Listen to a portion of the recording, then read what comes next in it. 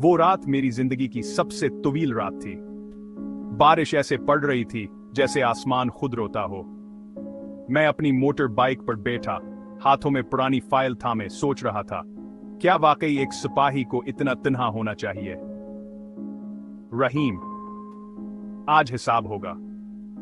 तुमने मेरे भाई को मारा, अब खुदा की कसम, मैं तुम्हें छोड़ूंगा नहीं। पुराना कारखाना, वही जगह जहां मेरी कहानी शुरू हुई थी और शायद खत्म भी होनी थी। दीवारों पर जंग, फर्श पर खून के धब्बे और खामोशी ऐसी कि दिल कांप जाए। रहीम, निकल आओ, मैं जानता हूं तुम यहीं हो। हेरो वापस आ गया, मगर इस बार कोई तालियां नहीं बजेगी अहमद। उसकी आवाज सुनकर मेरा लहू खौल उठा। ये वही आवाज थी जिसने मेरी जिंदगी से सुकून छीन लिया था। और वहां वो बैठा था, रहीम, शहर का सबसे खूनख्वार शख्स।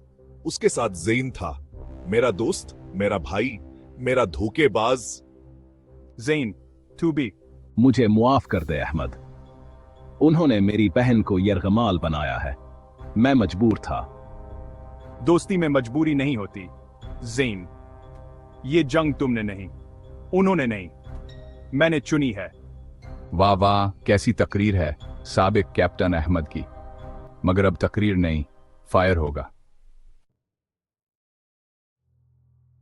फायर की आवाजों ने सुकूत चीर दिया। गोलियों की घन गर्ज में मैं अपने कदम संभालता रहा। हर गोली मेरी यादों को चीर रही थी। बचपन, फौज, भाई की मौत, सब नजरों के सामने था। ये तेरे लिए नहीं, मेरे भाई के लिए है। तू देर से आया अहमद, बहुत देर से। मेरे दिल की धड़कन थम गई। रिमोट पर लाल बटन चमक रहा था। रहीम ने मुस्कुराकर बटन दबाया। धमाका हुआ, कारखाने की छत हिल गई। मेरी सुनने की ताकत खत्म हो गई थी। सब कुछ सुनाटे में बदल गया था। मैं जमीन पर गिरा, सांस लेना दुश्वार था, लेकिन मैं जिंदा था। शायद इसलिए कि मेरा मकसद अभी पूरा नहीं हुआ था। अहमद ने मैथ, मुझे मत छोड़। उसे सहारा देते हुए, नहीं भाई, मैं तुझे नहीं छोड़ूंगा। हम साथ आए थे, साथ ही जाएंगे। मैं उसे कंधे पर उठाए बाहर की तरफ भागा। धमाकों के बीच धुआं, आग और चीखे। फिर अचानक एक और धमाका हुआ। रोशनी खत्म, अंधेरा। जब आंख खुली, मैं सफेद कमरे में था। मेरी बाहों पर पट्टियां, सांस लेना मुश्किल। डॉक्टर कह रहे थे, माजिजा है कि तू जिंदा है। लेकिन मैं जानता था, मैं जिंदा नहीं, अधमुरा हूं। कमरे में दाखिल होकर कैप्टन अहमद, हमें रहीम की लाश नहीं मिली। शायद वो भाग निकला है। वक्त गुजर गया, ज़ैन बच गया, मगर उसके दिल पर निशान रह गया।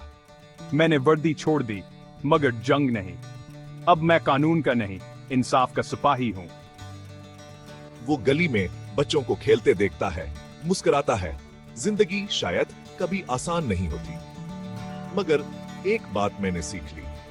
हेरो वो नहीं जो जंग जीते, हेरो वो है जो अपनी कमजोरी से लड़े।